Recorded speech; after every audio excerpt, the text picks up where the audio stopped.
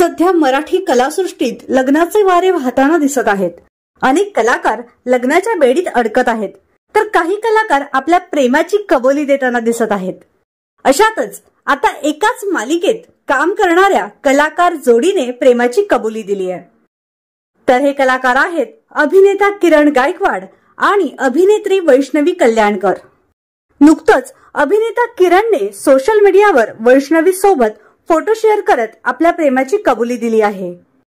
या पोस्टच्या कॅप्शन मध्ये त्याने म्हटलंय, तू काही संगीतकार नाहीस आणि गायक पण नाहीस, पण तरीही मी संपूर्ण आयुष्य तुझ्या चालीवर चालायचं ठरवलं आहे।